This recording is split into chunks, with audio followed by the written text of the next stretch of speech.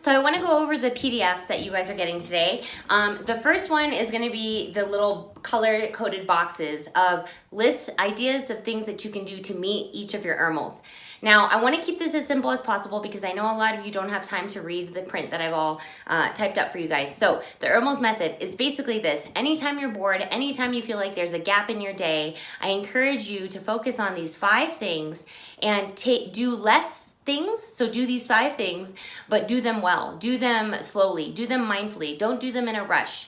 For example, when it comes to eating well and taking pride in your food, picking the produce, cutting it, and being more mindful instead of kind of throwing something together in the microwave or putting something in the oven, those are all awesome conveniences that I certainly have taken advantage of because I didn't have in Okinawa. However, I'm talking about having a little bit of a more like an intimate relationship. That's what made me laugh. An intimate relationship with your food. Kind of get in there and do that with your children and you'll be surprised. Number 1, they'll eat more of it, I would like to say. And number 2, there's always exceptions. And then number 2, you know, they're just gonna remember that. They're gonna remember this bonding time of cooking their food. And like I said, the ERMELS I feel are the most important things that you can give your children because this is the skill set. I feel like this is a toolbox, a manual for life skills. Knowing how to cook, knowing and how to fuel your body, and being in touch with what does and doesn't feel good in your body. You know, resting well, moving your body. These are all things, and getting in flow state and expressing ikigai, laughing, being in nature. These are all things that are going to serve your children for the rest of their lives. Whether you're 5 or 55 and facing, you know, coronavirus times, these are things that are going to fill your cup, that are going to make you feel better. And what better gift can you give your children than that ability to self-sustain and you know, self-soothe in healthy manners, right? So the first page has all the lists of different things that you can do for every letter. The second thing I would like you to do is, this is a brainstorming list where you can kind of sit as a family. If you have kids that can write, go for it. If not, even if they don't, you know, let them kind of draw and color in these spots and give examples. Let them brainstorm ways to eat and drink well, rest, move, etc., etc. That list that you see on the color boxes, that's just a way to kind of get you brainstorming, and those are ideas that I can take from my life.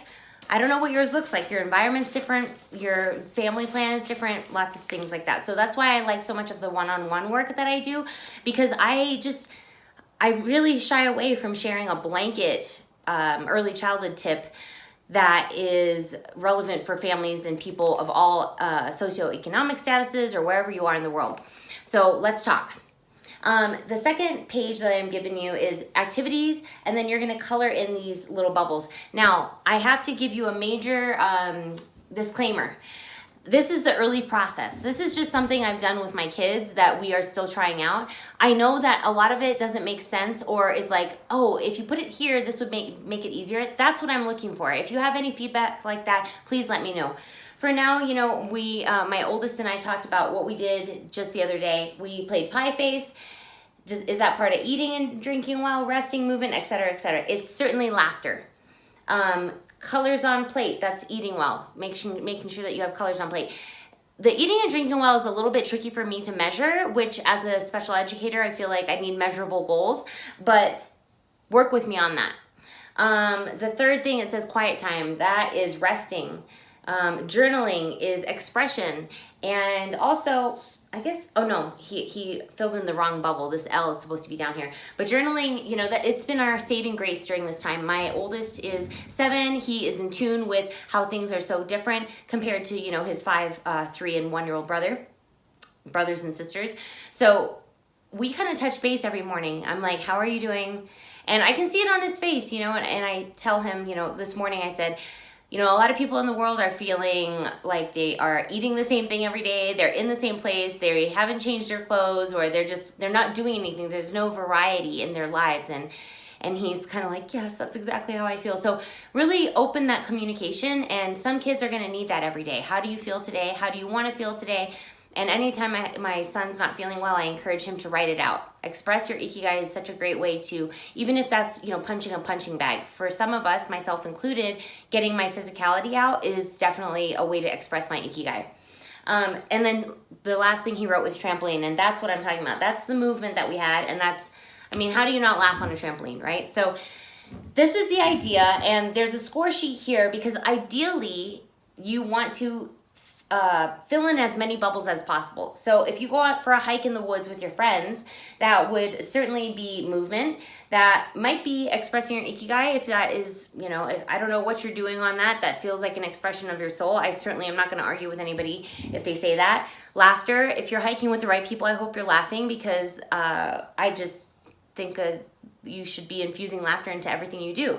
Seeing the humor in life, because sometimes it's so sad or upsetting or it's whatever that it's funny. I encourage you to kind of see that light side of things. That's kind of what Okinawans are known for, that laid back, happy-go-lucky island mentality.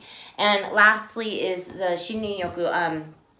Then you're hiking and you're doing that out in nature. So you can get like 4 points out of that. My idea was to have, you tally the points in every day and then you write 6, how many you got that day, try to beat your days, try to beat your weeks. But the idea is just start with 1. If you are starting from ground zero and you feel like you're pulling your hair out, start with something easy.